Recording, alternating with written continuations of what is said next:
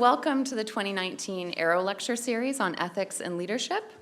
My name is Rebecca Hasdell, and I'm a postdoctoral fellow with the Basic Income Lab at the Center for Ethics and Society, which is the sponsor of tonight's Arrow Lecture.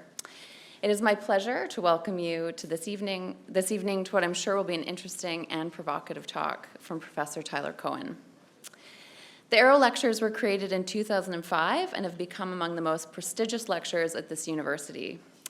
Previous Arrow lecturers include an impressive list of distinguished social scientists and philosophers, including Jennifer Doudna, Anthony Atkinson, Jonathan Glover, Jeffrey Sachs, Paul Collier, Danny Roderick, Robert Reich, Thomas Piketty, and Nobel winners, including Amartya Sen and recent winner Esther Duflo.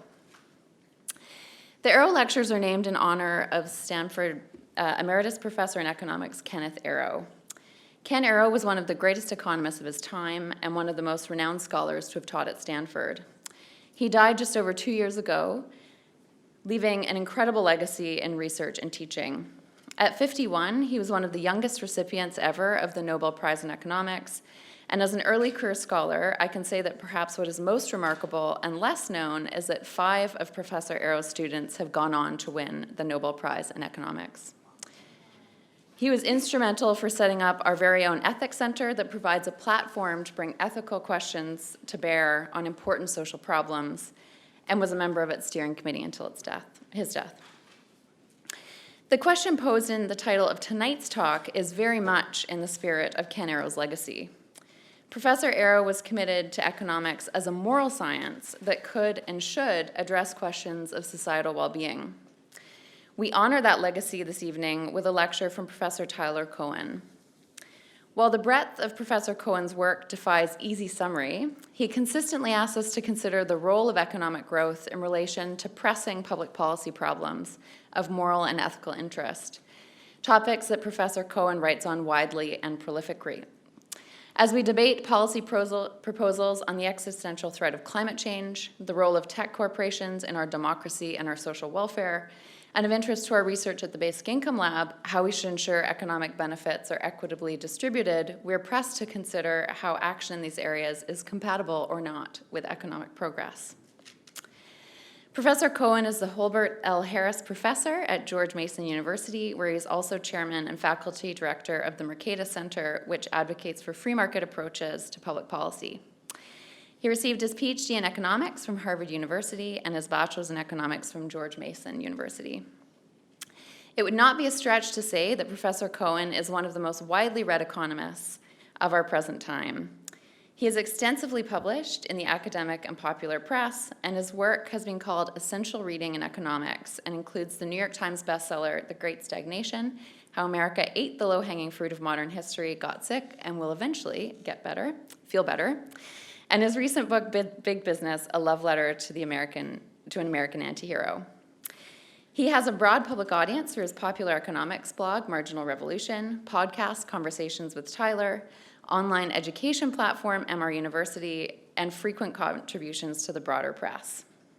He's been named one of Foreign Policy's 2011 100 Global Thinkers, and an Economist survey counted him as one of the most influential economists of the last decade. Please join me in welcoming Tyler Cowen.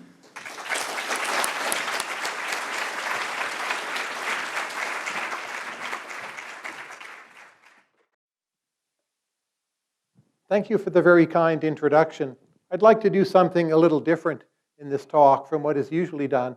So typically someone comes and they present their book. It's my book here, Stubborn Attachments. But rather than present it or argue for it, I'd like to try to give you all of the arguments against my thesis. So I want to invite you into my internal monologue of how I think about what are the problems. So that it's an unusual talk. I mean, I think talks are quite inefficient. Most of them I go to, I'm bored.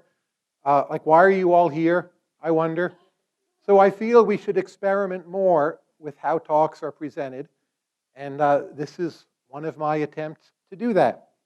But first, I'll give you just a very brief overview of the main thesis of the book. And I do mean very brief. I'm not even trying to make the arguments. But the book starts from what philosophers would call a consequentialist framework. That's somewhat broader than utilitarianism. It just means that what happens matters. Human well-being matters. I assume that, broadly speaking, we can make comparisons of human well-being.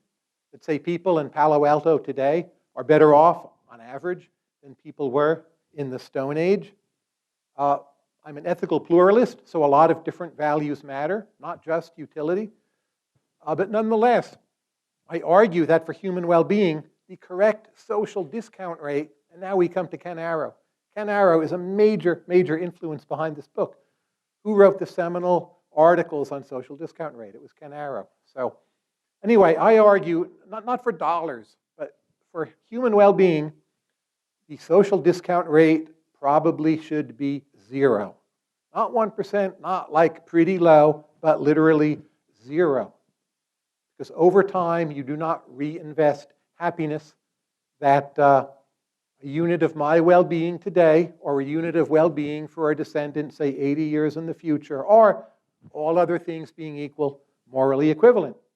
Now you set this up. Those are premises. I'm not going to give you the arguments in the book, but that's the basic framework. If you accept those premises, then the value of boosting the rate of economic growth in a sustainable manner is very high because discount rate is 0, right? There's a long time horizon. Say the rate of growth of human well-being, which does correlate mostly with prosperity, say you can get that rate of growth to be higher, you're creating phenomenal benefits throughout a pretty long future. And the argument of the book is that will overwhelm other consequentialist considerations. So if you hold other values to be dear, aesthetics, or maybe some notion of inequality, take a long enough time horizon, 0 discount rate, boom. Raising the sustainable rate of growth of well-being is going to dominate the consequentialist calculus. So that's a radical implication. It suggests that when human rights don't enter the picture, so human rights, they're kind of absolute binding side constraint. But when human rights are not in the picture, just maximize something that looks a lot like economic growth. Full steam ahead. A very kind of mono conclusion. So they tweeted this event. This is what they said. Greta Thunberg says the vision of eternal economic growth is a perverse fairy tale. Tyler Cowen says it is a moral imperative. So I want to walk through what are the problems with thinking it's a moral imperative. In fact, in some regards, I think Greta is right. Maybe it's a moral imperative and a perverse fairy tale. How about that? That would be weird. But anyway, you see at least how the basic argument works, and some of the bits and pieces of the argument might come out as I walk through some of the problems. So one of the problems I discussed at some length with Robert Wiblin in my 3-hour marathon podcast with him. And that is, if you believe in maximizing the rate of sustainable economic growth, there are actually 2 variables in that short little sentence. One is economic growth, which can be a bigger number, and the other is that tricky word, sustainable. And by running it together, sustainable economic growth, only 3 words, it sounds like one simple thing, but it's not, right? It's 2 different variables, and what do you do when they conflict? So you could imagine policies or actions that might boost economic growth that would make a society less sustainable, at least with some probability. And what do you do then? Because you were just told to maximize one thing.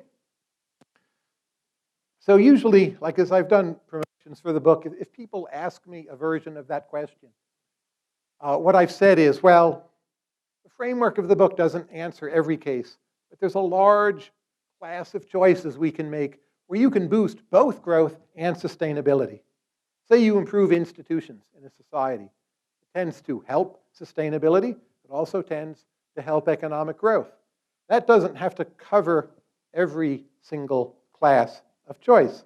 And I think that's fine. No one is opposed to the case where you get everything moving in the right direction all at once, but you still come back to the question, what about when there's a trade-off? Let's say the government subsidizes artificial intelligence, as it does through the military, and that may boost the rate of economic growth, but at the same time, if you listen to Elon Musk, there's maybe a higher chance of Skynet goes live, as we say in the Terminator movies, and getting some very bad outcome. And I think what's interesting here is exactly how long is the time horizon we're thinking about. So the longer a time horizon you have in mind, the more you should be concerned with sustainability. So here's a way to think this through. Let's say you think the world literally can just keep on running forever. So there's a zero discount rate. If you have an infinite time horizon, or a very, very, very long time horizon, well, there's no infinity, but they promised me the universe would last 2 trillion years. Sustainability is going to win out, right? Because there's so much at stake if the world ends. You've got to play it very safe. So my argument sounds like it's obsessed with growth, and under some cases it is, but if the time horizon gets too long, it isn't.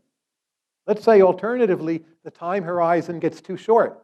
Let's say we all know the world's going to end in a year, there's a big asteroid on its way, we can't do anything, they didn't listen to the Economists about global public goods. I don't think it would really make sense as a recipe to maximize the rate of sustainable economic growth with the world ending in a year. Like the returns out there just are not very large. Maybe we should have a big party. Maybe with the world ending, we should just all do, quote unquote, the right thing, read Immanuel Kant, become more deontological. That's fine. In that case, my recipe also would be wrong. So there's a funny way in which the maximize growth imperative, it's only true for some intermediate time horizon. That if you think it's approaching eternal, you become super safe, and I would say politics becomes boring and terrible. Somehow aesthetically, maybe we all become less. If you think the relevant time horizon is super short, again, nothing really to maximize. Things are going to end. And then there's some intermediate phase. So some degree of pessimism actually is useful. So like I sat down and I asked myself, like, how long are we really in this thing for? You ever wonder that? Like, seriously? You ever go back and read the smart people after World War II, and they very often believe there's going to be a third world war pretty soon. These people were not stupid. Obviously, they were wrong for their time, but they had some pretty good arguments. They had just seen 2 world wars of immense destruction, and to think there might be a third, the US had just used nuclear weapons. Soviet Union, later Communist China, were not like the most reliable partners in a game of mutually assured destruction. There were fears of proliferation. Imagine if someday a country like North Korea got nuclear weapons. Fortunately, that never happened. So I thought about this for a long time, and I think it's a bit like a finance problem. So if Steven Pinker is correct that at any moment the case for optimism is quite strong, the aggregate risks are fairly low, but it's like riding a naked put, very much out of the money. If you let the clock tick for long enough, something very bad will happen. So we have weapons of mass destruction. So I think, like my actual view is, probably we'll have advanced civilization for something like another 600-700 years. It's a very approximate view, just pulled out of a hat. It's an intuition. But it's not forever. The world's not going to end next year. But it means if we got 600 years of a higher growth rate, that's much, much better for the world. But it's not so much value out there that we should just be safe, play it safe across all margins. So the ways in which our understanding of what is the relative time horizon and how it shapes how we weight just kind of flat out value maximization versus safety, I've thought about that a great deal since writing the book. And I found I have this funny intermediate view that I'm actually not that optimistic in a way, but it's the finiteness of our end which also allows us normatively to take some chances with the world. So those are some of the thoughts I've had after writing the book. So to go back to Greta Thunberg, I'm a fan of hers, though I don't agree with all of her views, but the tweet issued by the people here said, Greta says the vision of eternal economic growth is a perverse fairy tale. I've got to agree with Greta. But I wonder if Greta would agree with me, that if we're like down to our last 700 years, well, the imperative of maximizing growth is quite strong. And if you've never played around with compound returns, I mean, their power is immense. So if you think you have a child and like the rate of well-being goes up at 3% a year, let's say, well, by the time that kid is in his or her 30s, the kid is twice as well off as you were. It's like a pretty big difference pretty quickly. But if the rate of growth of well-being is 1% a year, kid's in his or her 30s, kid is like maybe 35% better off than you were. It's like, happier. And you just play that out over time. So if you want an extreme example, at a rate of discount of 5%, which I'm not advocating we apply, but one death today is equal to 39 billion deaths in 500 years.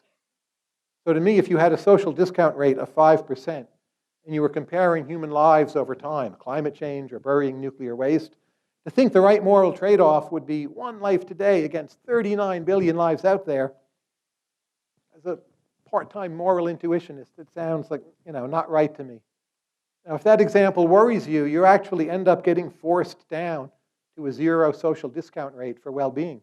Because if you push out the time horizon far enough, you're going to get a comparison like that. And no one's really willing to say, oh, the one life today is more important than the 39 billion lives out there in the future. 500 years sounds like a long time, but it's not that long. Like you look back 500 years, it's still a recognizable world. We know its history.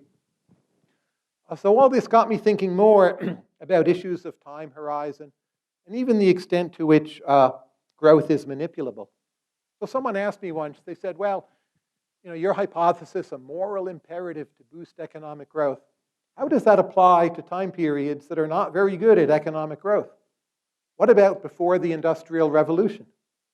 Many of you in the room, maybe all of you know, that for many centuries, some would say for millennia, there was not much sustained per capita economic growth in the world that we know of in most places.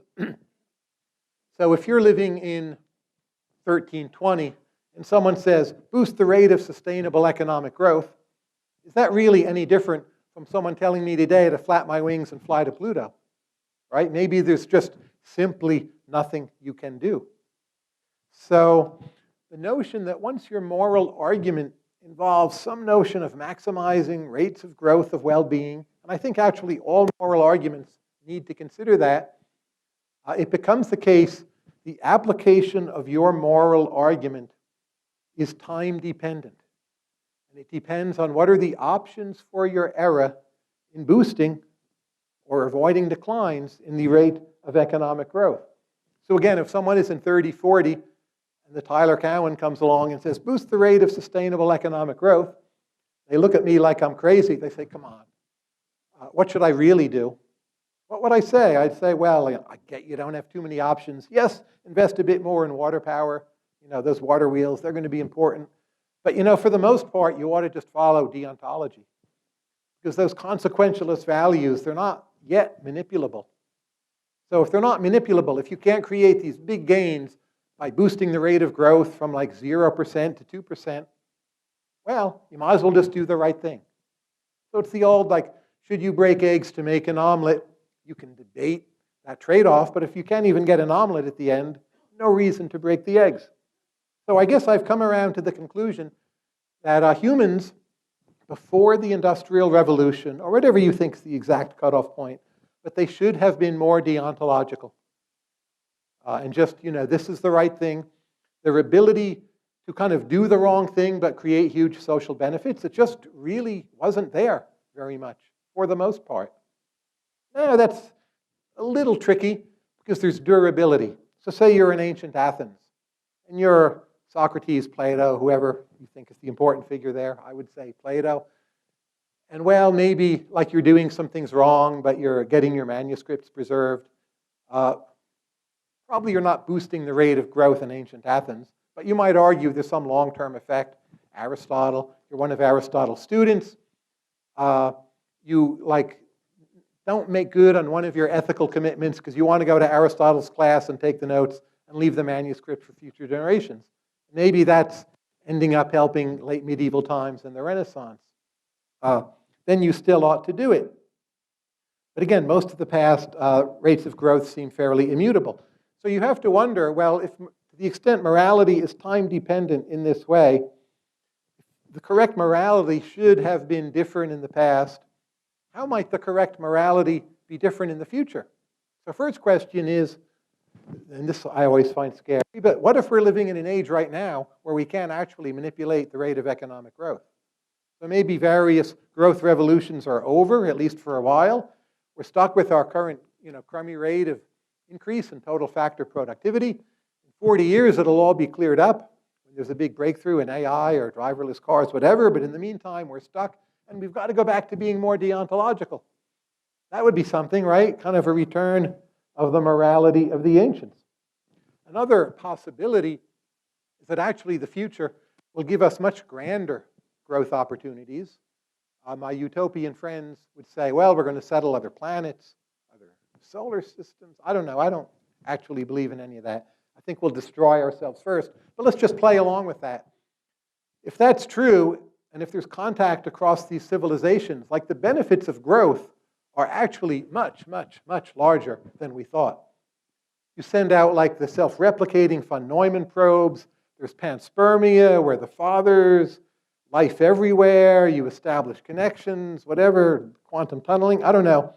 But it seems with that future in mind, we should be much less deontological and be willing to do like a lot more bad stuff to bring about that now really quite spectacular growth maximization. And they'll look back on us a bit like the ancients. Oh, those poor little people, they had some government statistics department.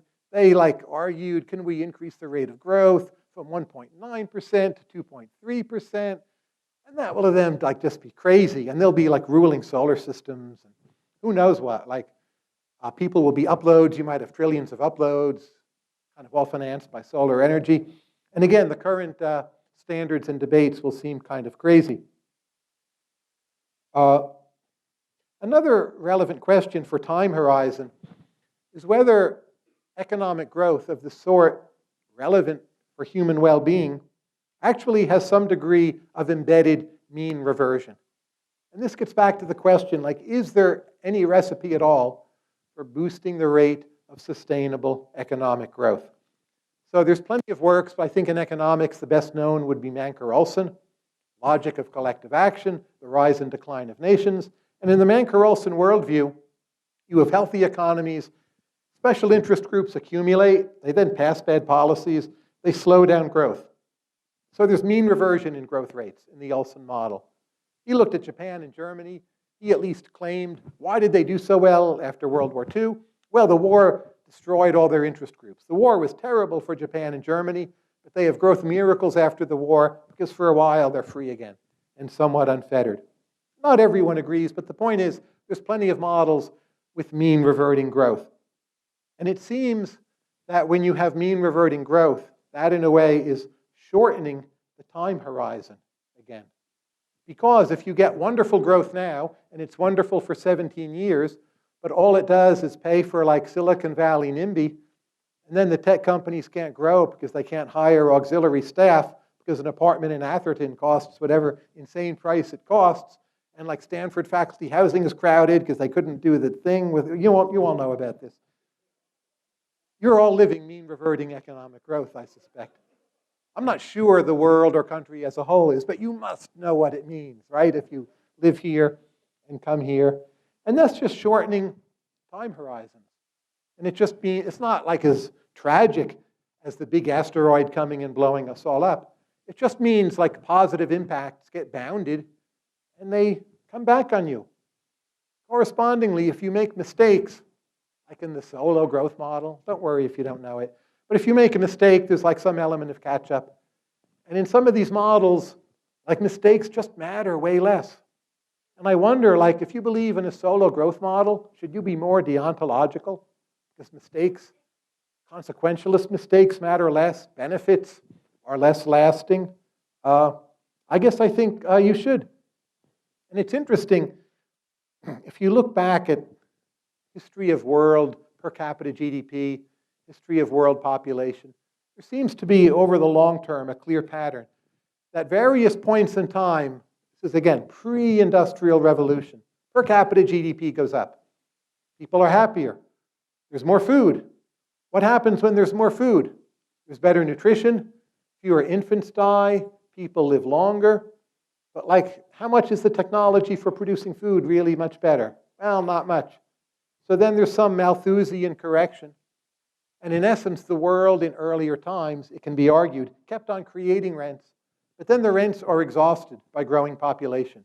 And you bounce back down closer to the Malthusian setting. That's, again, a form of mean reversion. It could be what's special about the modern age is we're the first civilization that will exhaust our rents by something other than population growth. And this, in a way, could make us the stupidest of all civilizations collectively. Because population growth, at least there's some more happy people.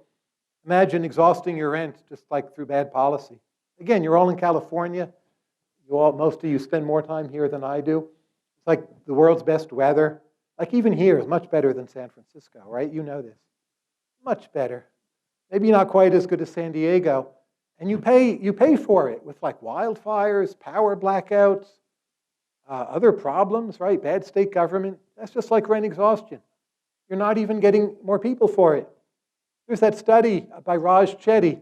He looked of all the communities you might move to, which move makes you most likely to have fewer kids? And it was here, like right here. I don't mean like South San Francisco. I mean right here.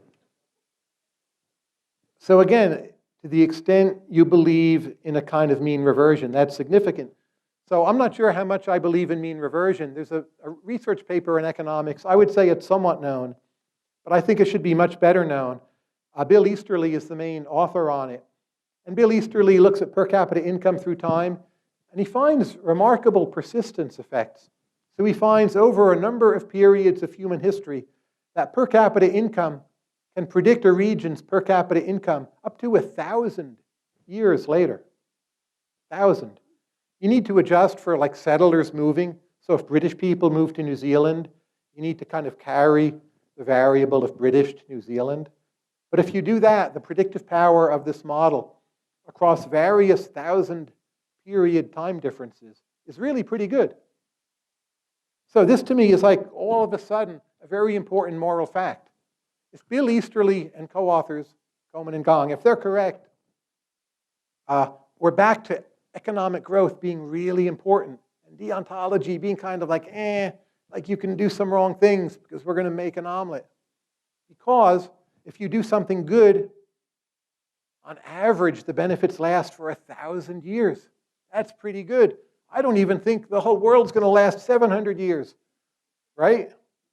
So that would imply a big role for consequentialism, zero discount rate. Oh, it won't last forever, but if we make this improvement, we're going to get gains for 1,000 years. If you accept the Bill Easterly argument, which as far as I know has not been countermanded, but it also hasn't been studied enough. It's not based on perfect data. But again, it suggests persistence. The deep roots literature in political science, also in economics, I wouldn't count it as fully established, but there's good arguments for it. If you accept the deep roots literature, that makes gains and losses quite persistent. And that again means we've got to jack up the rate of economic growth, that it's not about mean reversion. So like how much of ethical or moral choices depend on the persistence of roots, high per capita income, never occurred to me before reading this book. And like part of me thinks it's kind of a reductio ad absurdum. Part of me thinks like correct morality should be eternal. There's some kind of balance of consequentialist and deontological considerations. Like it's not a priori, but it doesn't depend on whether you're in 1320 or 1956. But I guess now I think it does. So I'm sort of arguing against myself. But again, I promised you this internal monologue of both sides. And that's what you're getting. Here's another problem with my argument. And this one bugs me. And I know I don't have any solution to it. And I've actually worried about this since 1984, which is now a long time ago. So I have those simple three words, sustainable economic growth. And I left out, is that total or is that per capita? And in a lot of settings, again, it's not a problem. For a lot of human history, the two have gone together. Societies become wealthier. They support more people. It all moves together. You don't need to sit around and agonize about which is the correct concept. But of course, if you're a philosopher, like empirical is not the main thing anyway, And besides, we're now in a time where it seems a lot of countries, there is a trade-off between per capita and total. That is, there's plenty of wealthy societies where population is shrinking. I think South Korea has become the worst culprit, or possibly Singapore. Italy has TFR, I think, at about 1.3. France and England seem to be back up at 2, so it's a complex picture. But there's no doubt there's plenty of countries, typically wealthier countries, where population is shrinking. I looked at India a while ago. This number might be a little bit out of date. India's not that wealthy. Their TFR was at 2.7. They're still growing. Great. So maybe they're in this one cone of morality, because their key variables, per capita and total, they're still moving together. Oh, you even have some poor countries like Iran, Mexico falling off the fertility table. Mexico, I think, is close to being below replacement. Places that will have a hard time affording population aging, won't have a demographic dividend. So in those cases, like my simple little formula, the one in this simple little book, it's like, come on, is it per capita? Is it total? I don't know. And it bugs me. So when it comes to weighting the value of total population against per capita income, I don't think I have a clear answer. And one implication of this is that in the wealthy countries with shrinking populations, there are moral dilemmas with prosperity that do not exist in the countries where per capita and total are still growing in tandem. And I don't know what to do about those moral dilemmas, but they're cases I feel I cannot handle. And I wrote other articles about those cases, like way before I started on this book. I read Derek Parfit's book in 1984 when it came out. I have thought about it since then, and again, I feel at this point I'm not going to solve that problem. But again, it's interesting, the relativization of morality across those two classes of society. Moral dilemmas where you have shrinking populations, and then you've got to worry a bit about the value of economic growth in a way you don't have to in many other countries. Other problems with the argument, and these are getting a little more obscure, but I'll close with one or two more obscure ones before we get to question and answer. And this falls out of economic models. In economic models, there's a big distinction between, say in the solo model, a once and for all gain and a sustained increase in the growth rate. Well, a logical distinction that underpins some economic growth models. So a once and for all change would be if, say, a worker decides to work 5 extra hours one week, and that's it. Will that boost GDP? Well, yes, right? Is that the end of the story? Well, it depends, but in a lot of simple models, yes. You get a one-time gain, 5 hours more worth of output, and end of story. These things that we call increases in the growth rate, those might be increases in the rate of idea generation. So if all the most brilliant scientists decide to work an extra 5 hours every week, they might invent more things, and then over time, the economic growth rate will be higher than it otherwise would have been. And that will carry you through to these huge gains through time, all those scenarios we talked about, where things just compound and social discount rate is 0. So it seems in this framework, a once and for all change is like, fine, I'll take it. And a change in the rate is like, oh my goodness, this is paradise, utopia, my goodness. If we can keep it going forever, it might even have an undefined value in some manner, unbounded. And that rubs me a bit the wrong way. It bugs me. Because if I put my philosopher's hat back on, like I can tell you in a solo model, what's the difference between a once and for all gain and a boost in the rate of growth? Like I know that, I've taught it. But at the metaphysical level, aren't these gains in the rate of growth just kind of a clumping together of a bunch of once and for all gains? So you look at Chinese economic growth, to make this a little more concrete. They've gone gangbusters since 1979. It's like the most stunning 40-year period ever. For the most part, they have not invented new technologies the way like new stuff comes out of Silicon Valley. They've been very effective mobilizing resources. But it's as if every year they kept on giving a new once and for all gain. So the Chinese story, just phenomenal. Is that like these kind of pitiful once and for all gains? Or did they manage like a sustained increase in their rate of economic growth compared to the Maoist times? It seems to me somehow like a semantic or arbitrary distinction in the metaphysical sense. Like we know what they did, that's not a mystery. But what category does it belong to? And how morally should we evaluate it? It seems like some parts of my framework invoke that distinction, which makes sense in economic models, but maybe doesn't make sense in philosophy. And the best piece on this is by John Cochrane, who wrote a long blog post challenging this distinction. And John, I think he mentioned China as one of his core cases. He's like, look, they didn't really invent much new stuff. They just kept on doing the right thing. And if you keep on doing the right thing, can't you model whatever process induces you to keep on doing the right thing as a sustained rate of increase in economic growth? So there's some kind of principle of distinction or individuation of decisions where how you treat those individuations seems to have too much moral force in my framework relative to what it ought to have. And I really haven't figured that out either. Just one or two other things I'll mention, not talk through the whole thing before we close. People have asked me, does the rate of social discount have to be 0? Can it just be really low? What about like 0.00001? Yeah, on 30 more O's if you want. And I'm like, no, it's got to be 0. But that sounds like a little weird, doesn't it? There's this funny moral discontinuity. So you remember my example? The rate of discount's 5%. One death today is morally equal to 39 billion deaths in 500 years. And you're like, oh my God, we can't do that. Can't have a rate of discount of 5%. But if your rate of discount is 0.00001, you've just got to up the number of years enough to get the same comparison. And like time is either morally neutral or it isn't. So you end up forced into this framework where you're saying the rate of discount has to be exactly 0, not a smidgen more. But you come back to like, what does human well-being mean? You might think it's partially cardinal. You might think it's partially comparable. But it's not this simple, clear-cut thing that you measure utils like Jeremy Bentham perhaps once dreamed of. It's a highly imprecise concept. So the notion that you're dealing with this pretty rough, imprecise concept, and then this moral absolutism, my goodness, it's got to be 0, can't be a smidgen more than 0.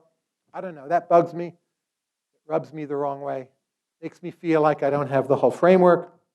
Final issue that bugs me, by no means the only extra issue, but simply the issue of animals, which people either find totally compelling or totally unconvincing. No one, I think, hardly anyone has the appropriate in-between concern. But in my view, it's like a bad thing to torture a dog. Like, we sort of all agree with that. But no one actually wants to put animals into the social welfare function. Like, how many hamsters are equal in value to a person? I don't think there's an answer to that question. Is it like 20? No. How about 3 trillion hamsters? Do we bid up or down? Somehow it seems to me we're asking the wrong question. I don't know how to make those units comparable. So you can then move to the view, well, there's something not very comparable about humans and animals. Doesn't mean you've got to be like a nasty person to animals to think there's just somehow different units. But once you think there's different units, you're like, well, why are there different units? Like, we're alive, they're alive, we feel pain, they feel pain. It's like, no, we're different. Well, okay, we're smarter, but like you don't want to weight people by how smart they are in the social welfare function. So it seems to me there's some kind of vision where you can't make a lot of comparisons across people and animals because they just kind of inhabit different worlds. Maybe it's not a contractarian framework, but a contractualist framework. There aren't systematic ways we can make deals like with non-canine animals and be part of the same society. So they're just outside the cone of moral relevance at the big macro level. You can't say 3 million, 3 trillion, whatever, billion hamsters for a person.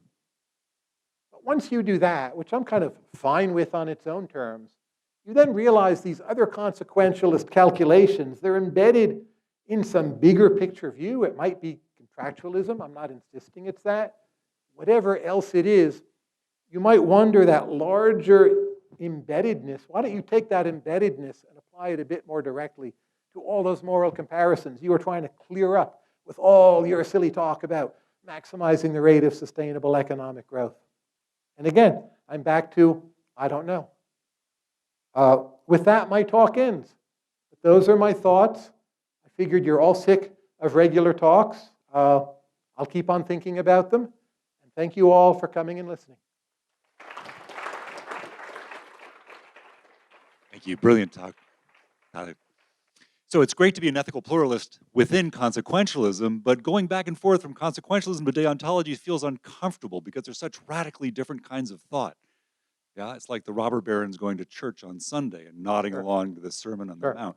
So instead of invoking absolute deontological constraints like human rights, wouldn't it be more tempting for you to say that human rights are binding when growth possibilities are 10% or less?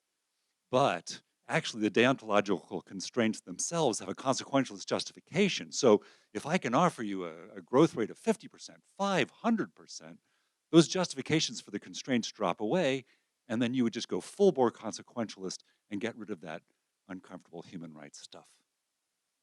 That is a possible resolution, and I don't want to reject it. But a big part of me is not ready to embrace it. It seems to me even consequentialism is somewhat parasitic on moral intuitionism. Part of our moral intuitions is that some rights constraints are truly binding, short of like needing to prevent the destruction of the entire universe, like killing and torturing, innocent babies in large numbers. I wouldn't personally do, even if I could boost the rate of sustainable growth by whatever in a 2 trillion year framework, and I wouldn't do it. And I'm not ready to toss that out the window, and then we get back to what are the trade-offs. But I fully get what you're saying, and it would solve a number of problems for me if I could just embrace it. But I can't push intuitionism out of my argument altogether, because I don't find utilitarianism itself self-evident. And then I'm back to messy pluralism and trade-offs, and morality being kind of state contingent on how much you can boost growth at any point in time. Yes, behind you. Thank you. In the news, the Microsoft Japan went to a 4-day work week, and Yes. they got a 40% increase in productivity. Yes. So I'd like to ask about February 2009, and the length of the work week. The original legislative response to the recession was the Emergency Economic Stabilization Act of 2008, $850 billion of stimulus that didn't do anything to the leading economic indicators. But in February, the American Reinvestment and Recovery Act led with a payroll tax cut called the Making Work Pay tax credit, and it turned things around so sharply within a month of enactment that by the time it got to 2010 and the Republicans had taken control of Congress, they decided not to reenact it, presumably because it would risk inflation. So my question is, can we follow the Netherlands by reducing the work week length and allow that to provide the kind of distribution of labor, the kind of distribution of labor that would not harm the cost of labor? There are a number of distinct questions embedded in there. I would say we disagree on the history of the stimulus, but that's not essential to what I see you as asking. The Microsoft study, I've read about it, I haven't read it. As a word of caution, as I said to a student group before, more than half of the studies you read about are false. I face a number of competitors in what I do, and I would be delighted if they read this study and took it to heart. Keep in mind also, Microsoft is quite a mature company. It's now about 50 years old. It's probably not true, almost certainly not true for startups, that they should just move to 4-day work weeks. So I don't think in general working less is a way to get higher output. There's a large literature. Edward Prescott's piece is most notable, but also a piece by Charles Jones, who teaches here, Pete Klenow, on related issues. And it does seem when people work more, they produce more on net. Not in every single case. You can't have them work 24/7. But I don't think working less at current margins is in general a path to higher output. And the difference between US and Western European per capita GDP a big chunk of it stems from that. And Prescott and Paul Krugman would both agree on that point. So I think at most margins, there's no free lunch. If people value the leisure more, fine. The proper measure of economic growth should actually count. Value of leisure, household production, not just measured GDP. So I advocate a kind of reformed measure for GDP. But still, for the most part, I think the American system of lower marginal tax rates on labor and higher work hours will get you a higher rate of sustainable economic growth. And this country has seen that compared to Western Europe. And that I take to be your main question. Yes?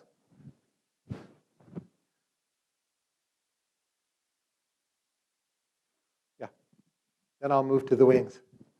So I want to ask you about moral growth. So like since the Stone Age, there hasn't just been economic growth. There's been like big growth in coming to correct moral views. So like in the ancient world, you say they should have been deontologists. They weren't deontologists or consequentialists because Kant and Mill hadn't come along yet. They had a different ethical theory that didn't include any human rights. Aristotle thought slavery was kind of morally required. And so the question is, do you think that that kind of moral growth in our grasp of the correct moral view is still ongoing or not? If not, like, so then we have, sort of Tyler Cowen's ethical hybrid of deontology and consequentialism is the end of all like human thought about morality. Like then, okay, then that maybe your arguments follow, but that seems kind of like epistemically not humble. And so then let's say we take the other view, right, which is that actually we're still working on morality, and like over the next 600-700 years, we're going to keep working on it. And we might sort of change some of our thinking about morality. Then might we maybe not want to sort of plan for economic growth that like outstrips how long our moral theory is going to last? Because like, what if our moral theory changes in 100 years? So maybe we shouldn't like make any decisions that are only correct on the assumption that our morality doesn't change. I think on moral growth, my view is pretty close to that of Steven Pinker's, which is there has been moral growth correlated with positive economic growth, at least until the world ends 700 years from now due to a nuclear holocaust. Violent deaths are falling across the relevant time horizons. For the most part, people are nicer to each other. So there's enough co-movement. I'm not sure we need to figure out the right weights, economic growth, moral growth. And it's not that people have all arrived at the correct Tyler Cowen view of the world. Like if everyone just listened to me, no one would drink alcohol and the murder rate would be 0, right? So people are out there doing different things. But it does seem that the growing societies become more peaceful and safer, on average for the most part, in a somewhat predictable way. Now that said, there's one area where I think you find it very hard to see moral growth, and that is how people treat animals. So wealthier societies have much more factory farming, simply because they can, right? There's no factory farming in ancient Athens. There's just not the technology. So we're much nastier to animals. And I don't think there you have co-movement, and we're back to my framework not handling animals very well at all. So that would be the case I worry about. But otherwise, I see a fair degree of co-movement. On this side, there's like 3 of you clustered, and we'll pass the mic to you 3 in some coherent order. Lovely talk. I actually messaged someone beforehand if asking whether you'd be elaborating on stubborn attachments. It was great. So my question is, to what extent do you feel that your book is predicated on an assumption that economic growth will continue to be correlated with well-being improvements? It seems to me that well-being improvements are likely to saturate even as economic growth may continue to accelerate. Does that concern you? It concerns me. So my view of the show so far, so to speak, is that in the short run, wealth and happiness are barely correlated. And you see this within individual lives as well. But over the long run, there's an extreme correlation. So I think it's fair to say people in the United States are much happier than people, say, even in a peaceful Yemen or in much poorer countries.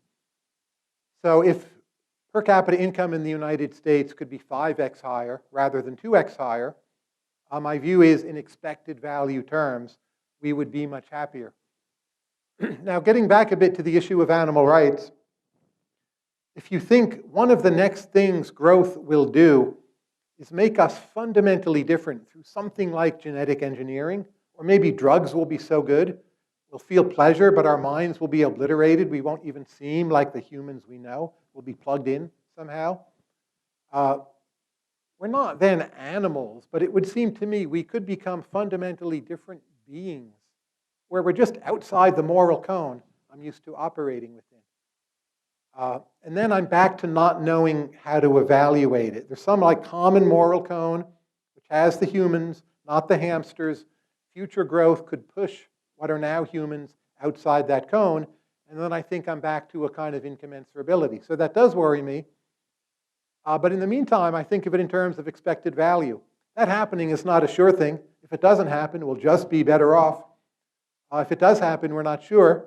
But the case where we're better off is going to dominate the expected value calculus. So full steam ahead is where I'm at. But I do think about this quite a bit. Hi, so thank you for your fascinating lecture. My question is about China. So in 2019 alone, China spent more than 19 billion on building infrastructures, but it doesn't seem like this investment is giving enough marginal benefit as China is experiencing a kind of a slowing economy. So I was wondering, do you think that after a couple decades of rapid economic growth, China is now addressing the sustainability part? Or if not, just to open the question up, if not, what kind of markets or industries do you think have the potential of reaching that sweet spot between sustainability and economic growth? It's a very good question. I think about China a great deal. I make a point of going there at least once a year. But perhaps it's no surprise that I don't have particularly good China predictions. But I would say this. China experts I speak to seem to think that right now China's steady state rate of economic growth might be something like 4%, a far cry from the former 10%, but still not bad, right? The Chinese labor force is now shrinking. China is aging. It will end up as an older country than the United States. But I'm not so driven to pessimism because a number of features about China, there's still a lot of possible rural to urban migration that would raise the effective labor force even when the numbers are falling. There is room for China to use its female labor force much more effectively. And Chinese retirement ages are now often quite early. They can be as young as 50 to 55. And you could extend those, especially as the quality of jobs in China rises and they become more fun, more creative, in a way that would boost output, increase the effective labor supply, even with the shrinking population, and kind of forego the decline of China into a steady or stationary state. So that all said, I really don't want to give you a China prediction, but I don't see any particular reason to view it as unsustainable. And it's also possible, I would say likely, China is now on the technological frontier in a number of areas. The clearest one is payment systems. Chinese payment systems, I don't have to tell you, they're way better than US. You like go, you're sticking your card in the thing, and then they're like slided, and that doesn't work. And China, you're like QR code, half a second, done. So the fact that China is on the frontier in at least some areas makes you think they're going to get TFP, innovation, as another input into their growth. So again, it seems to me, in expected value terms, China ought to be sustainable. Not really a prediction, but why not? Yes? Yeah, so I'm a student at the University of Utah. I'm not Mormon, but like you, I really have a strong appreciation for them. I've noticed a lot of public intellectuals place a lot of emphasis on their high fertility rate. And seeing as you really also care about that, you can take this as a suggestion or just a thought experiment. Can you see a future where Mormonism becomes a refuge for public intellectuals? And can you even see yourself going so far as to pay the tithe, even as a non-believer, to increase the total fertility rate in this country? I'm not a believer in any particular religion. I'm somewhere between agnostic and atheist. I have a Straussian side, but I'm not going to contribute to population growth at this point. So I feel quite safe praising it without being responsible, right? So I can up my quotient of praise, as one would do in a simple economic model. It seems to me that the macroeconomics of a shrinking population are probably worse than we used to think. And this is a pretty new research topic for obvious reasons. But it's hard in some ways to stimulate your economy when both aggregate demand and aggregate supply are shrinking. You don't have to be an extreme Keynesian to have that worry. So it seems to me France has managed to reboost its rate of population growth. I've read about what they've done. I'm not sure how policy specific their success has been. And I know of other cases such as Singapore, like the world's best economic policy, super smart people have tried to reboot and it has completely failed, like government dating services and cruises, and there's like a subtle sign, do your job, you know, Mother Singapore needs you. And like the Chinese fertility rate in Singapore, I think like 1.1. It seems to me this should just be a much more central concern. I don't have the answers. It seems to me religiosity is part of the picture. I'm very concerned. The Western world has become much less religious. Again, I don't know how to engineer that any differently. I don't feel it's a matter for the government. But still, there ought to be some kind of dialogue. Maybe we need more religious innovation in some way. My prediction would be, in the long run, something like religion will come back. But the pessimistic view is like kids just aren't that fun. Amazon delivery and Netflix are better. This is the new equilibrium, get used to it. I'm just not quite that pessimistic, but look, that could turn out to be right. You know, even like young people today, they're having less sex. Like, what's with that? But it seems to be true. Questions over here. There's like three kind of clustered, if you could. Thank you. While we are on the theoretical and ethical leadership, why do we have to puzzle over and exercise our minds over what you just said about shrinking populations and should we do, you know, GDP total or GDP per capita? Just open, you know, all borders should be open, allow free movement of labor, one of the core bases of economics, and why do people, and change the composition of this room, change the mix of this room? Why do people worry about having their own with them all the time? Open it up. Well, I definitely believe in higher levels of migration, including into the United States. It won't boost the world population as a whole, which is the relevant variable. In fact, it will tend to spread lower fertility. So immigrants come to wealthier countries, and typically the fertility rates fall very rapidly. So I still want to get more people into the equation. I don't think fully open borders is feasible, but again, I'd like a lot more immigration. But it's only solving the problem for particular countries, not for humanity as a whole. And then we're back to needing to think through, what can we do other than making children such an important economic asset that families try to have 7 of them? That's a bad solution, right? Because people are then so impoverished. What can we do to make having kids more attractive? Is it robot nannies? I don't know. Is that good for kids? I don't know. I think it should be a much higher percentage of social science research. Hi, Tyler. Thanks for coming. My question is, would your framework, does it have prescriptive advice for a lot of us early career people thinking about their careers? Is the right way of choosing a career path thinking about what is the way to maximize my marginal contribution to sustainable long-run economic growth?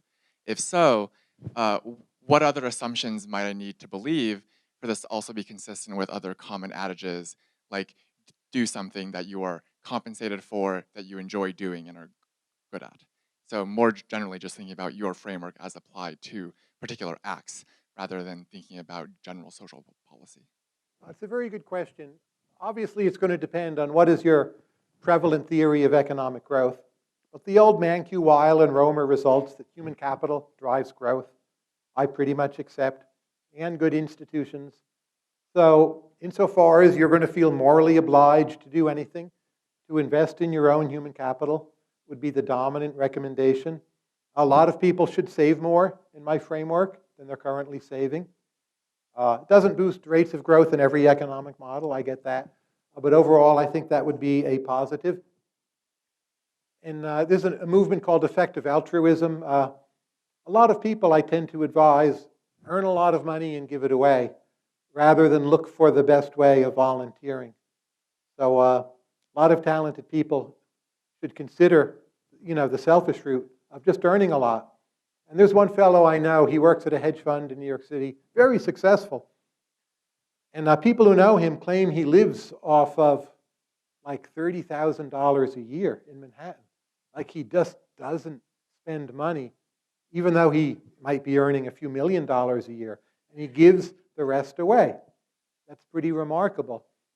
It seems to me more people should do that. I'm not sure it's sustainable for everyone or even most people, but it's astonishing that as far as I can tell, he's like the only person in the whole country doing this. And I'd like to see more of that. You know, he could live off even a bit more, but he's a very consistent Peter Singer-like utilitarian, and he's helped a great number of people by doing this.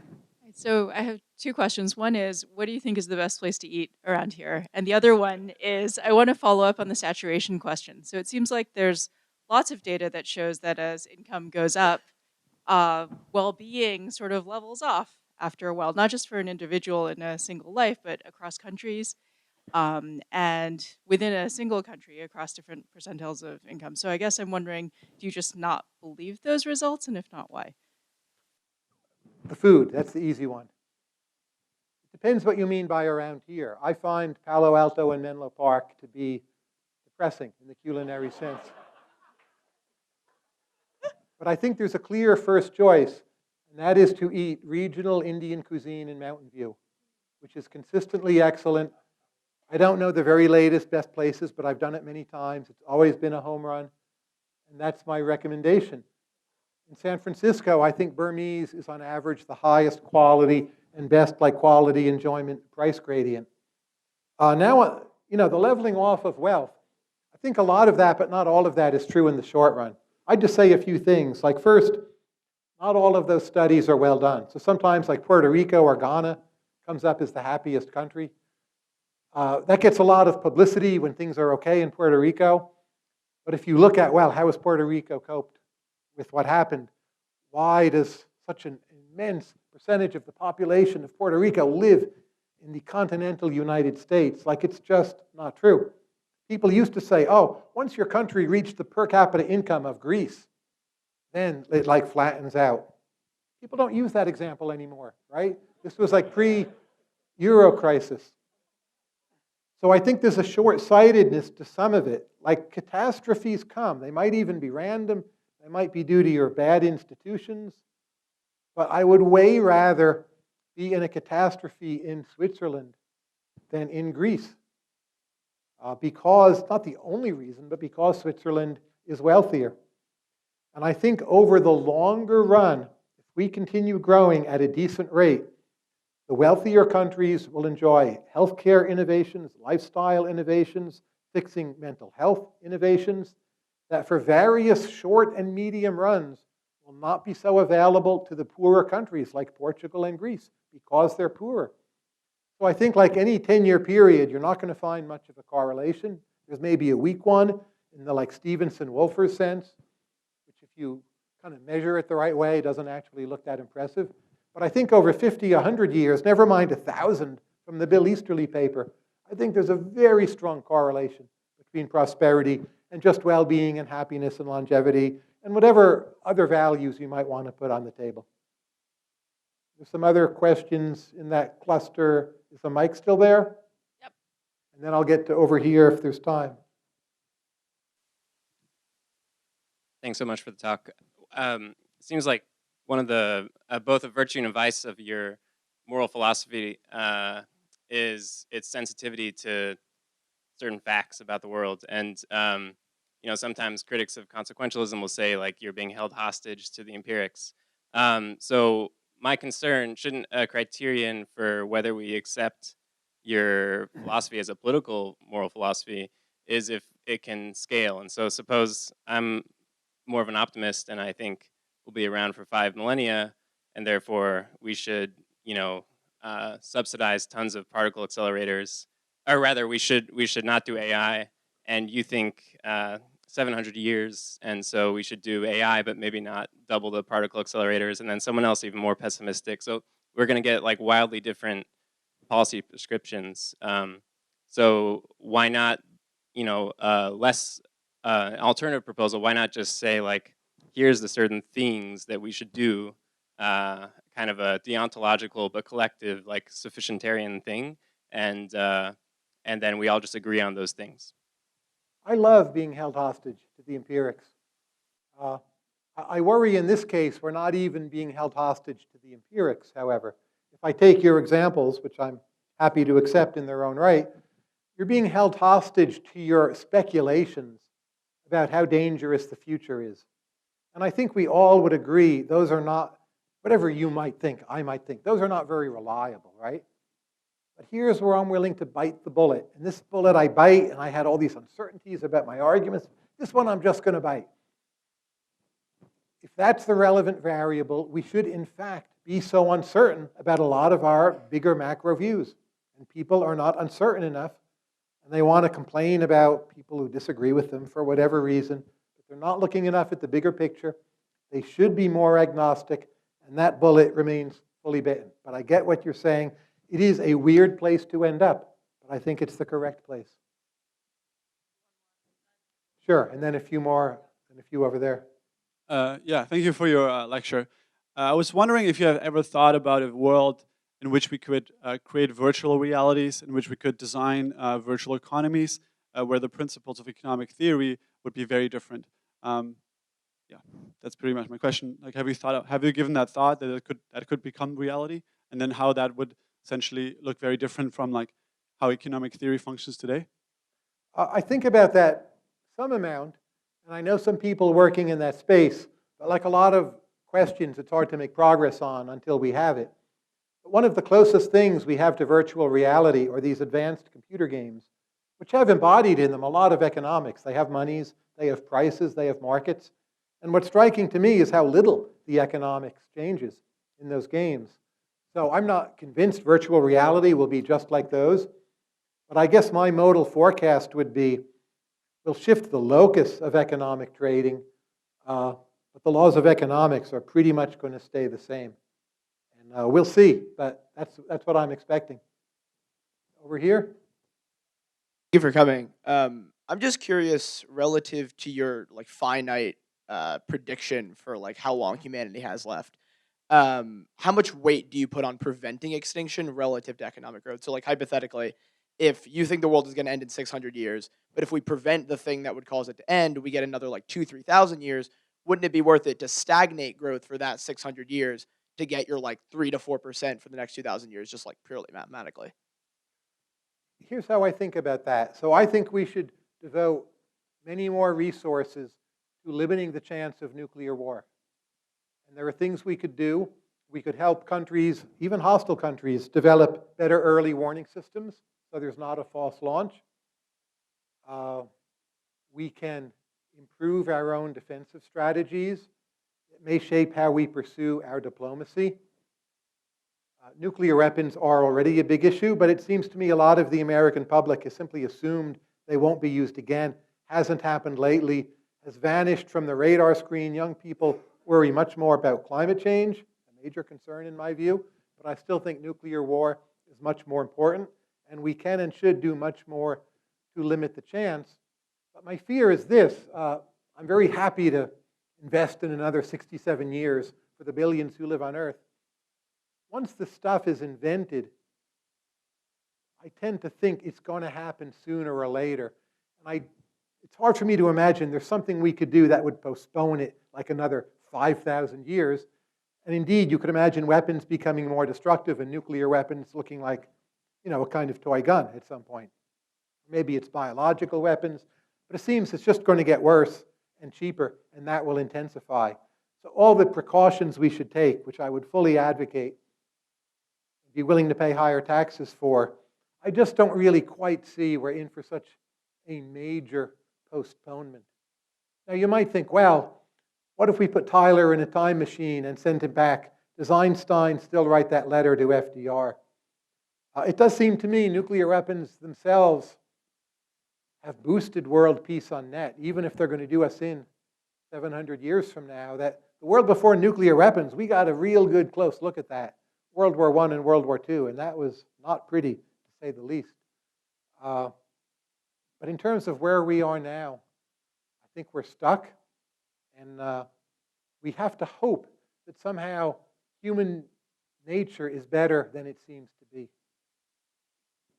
All right. So as I understand your view, you kind of pick maximization as kind of the ultimate goal or value. And I get Not ultimate, but continue. it's a very preeminent value, hmm right? And I get the intuition, right? Because for example, the trolley problem where there's 5 on one side, 1 on the other side, somebody has to die. Everybody picks the 1 to die, save the 5, 5 greater than 1.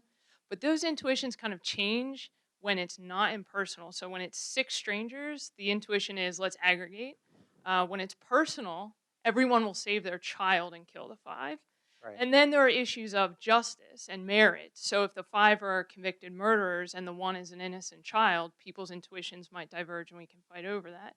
So then if we're going to put maximization as such a preeminent value, where does something like justice sit? And why aren't we thinking of maybe justice as the preeminent value, say through Rawls's theory of justice, and then within that we think about maximizing what we can do that's just? In part, you're tossing me some more bullets I can bite, but in part, I agree with you. So if you think about Rawls's framework, it's really based on the idea of a Pareto improvement for everyone. And he's arguing to get a Pareto improvement, even the worst off people have to be better off. It's not exactly my framework, but I think in a long run sense, higher rates of economic growth will get you as close to that as you can get. Noting that even in Rawls, the size of the worst off group, is it a person? Is it a social class? Is it people in the poorest county? That's left open up for grabs. So I think boosting growth gets you not so far from one reading of Rawls. But that said, you can build in the ontological rights as a constraint into my theory, but I don't view like particular one-off injustices just as nearly significant enough. And if you just look at choices people make in the world, I don't see that anyone, say, is willing to devote 80% of GDP to making sure an innocent person is never convicted. So people will kind of say that, but I don't think anyone believes it. So for me, rights violations are on a large scale, and they're gross and they're obvious. But when it comes to like one innocent conviction, I'm going to bite the bullet and let those compound maximized returns overwhelm them. This is a sort of related question. Do you think that there's any moral imperative to address inequality or any situation where inequality is so severe that it would diminish the moral imperative to boost economic growth? No, not at all. That's one radical implication of my argument. Now, you might say, well, if people resent the inequality too much, you get something like Santiago, Chile, and you should address that to maintain sustainability. So I'm on board there 110%. Or you might say the real problem is not inequality, but say poor people have malnutrition. And if we send them money or help them out in some other way, they won't have malnutrition, they'll be better off, they'll also be more productive. I'm with that 110%. But the mere fact that there is a measured nominal difference between the income of Bill Gates and, say, the wealth of a very poor person in a rural area, that is not a morally relevant factor in my framework, though the well-being of poor people will get picked up very strongly by other considerations. I mean, they are human talent that is vastly being wasted, and there is immense suffering there, and those people are more than capable of doing phenomenally better, and it's, you know, a very strong priority for us to make that happen.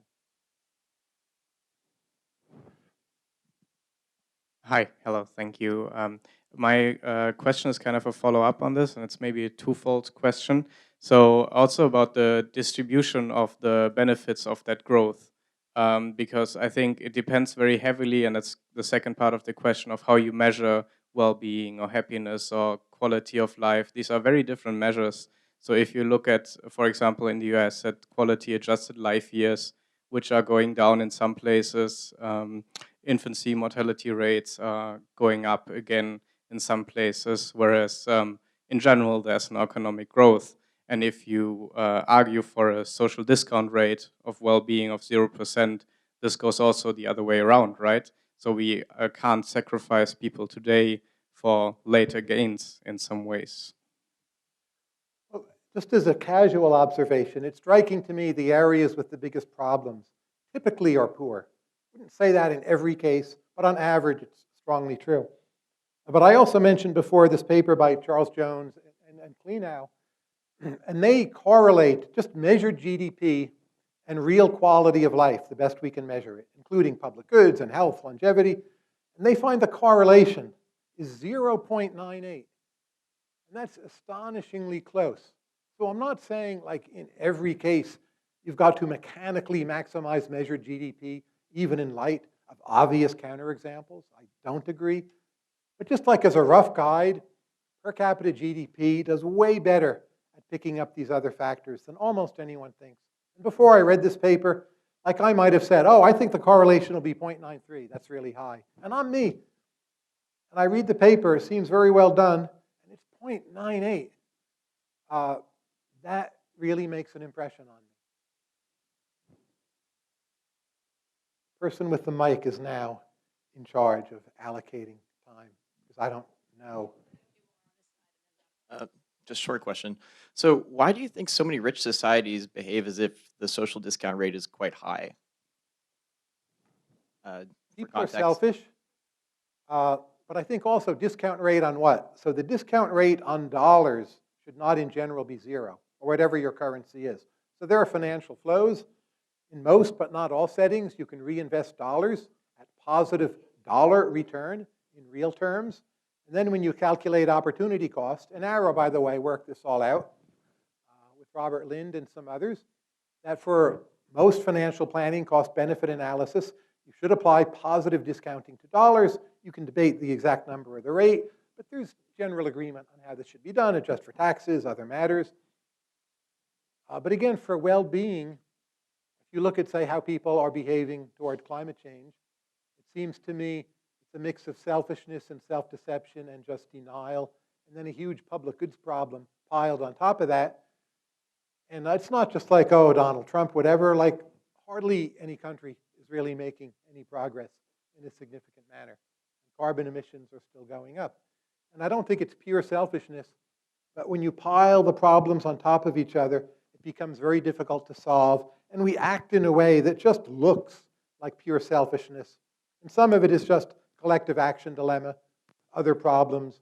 A lot of just citizens, it's genuinely hard for them to tell which are the scientists speaking the truth and so on. And we get stuck. So I guess I have a question, given, if we can project us back into a time of pre-agricultural revolution. So if we consider agricultural revolution as an important sort of technological advancement in society or progress in some way. So there's two concerns with that. One is pre versus after. Population growth expanded tremendously. If you care about moral value, as a direct correlation with moral headcounts, that is one variable that changed. This is like headcounts changed. So my question with that would be, suffering increased just as much as potential well-being increased in the sense of wars and just death from natural disasters, et cetera, like quantitatively changed after the technological sort of revolution of agriculture. How do you weigh the well-being with just a simple more death, more pain, more suffering? Increasingly so we have more sort of disease endemics being created in the last decade, or actually not last decade, like 10 more different types of endemics and superbugs, et cetera. How do you weigh the increased well-being with the increased suffering and also the headcounts of those suffering? How do you weigh You probably know Jared Diamond has an article where he says the agricultural revolution was the worst mistake humanity ever made. I've never been convinced by that. I think one simple way of weighing, like not in itself a priori dispositive, is just to ask any of you in this room, how many of you would like to go back in time to the earlier era? And we might find, I don't think we'd find any takers, actually, even if you would know the language or have some skills like how to sharpen, a spear or create a fire. So I'm not saying demonstrated preference is the only standard, but like parents are happy when their kids are born. They don't view it as a tragic event. They don't think, oh, this is terrible. My kid will suffer more than have a meaningful life. Rates of suicide are still relatively low, even though they're going up a bit. So you look at different kinds of choices people make. Also these day-to-day studies where you register your moods and moments, seems to me a lot of different kinds of evidence that suggest modern lives are pretty good and more of them is better, and they're better than earlier lives in the developing countries.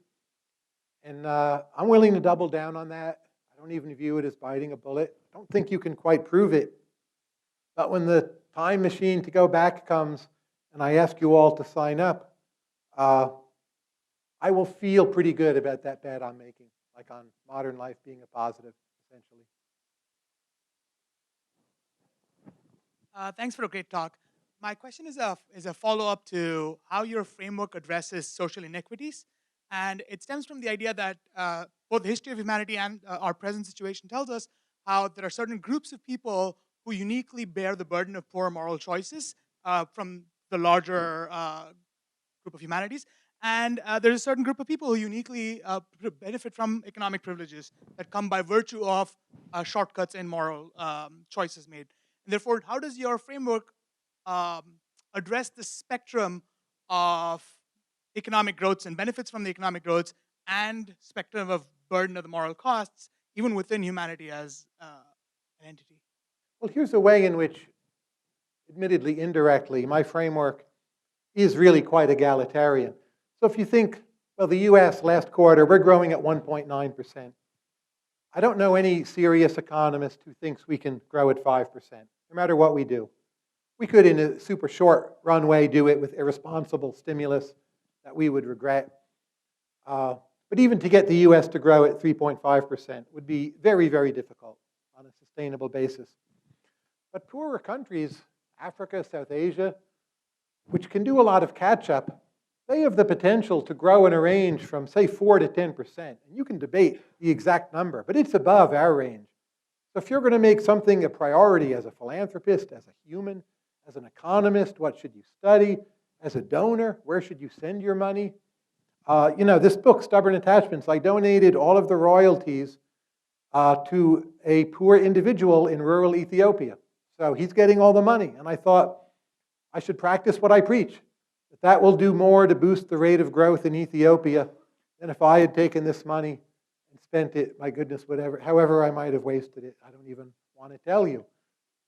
So I think that's the implication, like growth maximization in a world where catch-up happens more quickly than growing at the frontier, like it should be a priority to help out poorer places. But you're not doing it because inequality is intrinsically bad. You're doing it because there's more consequentialist bang for the buck with poorer people whose talents and assets are really not being mobilized properly. So in that sense, this is extreme egalitarianism, but not from any egalitarian premises. Anyway, I thank you all for your questions. I have more to think about.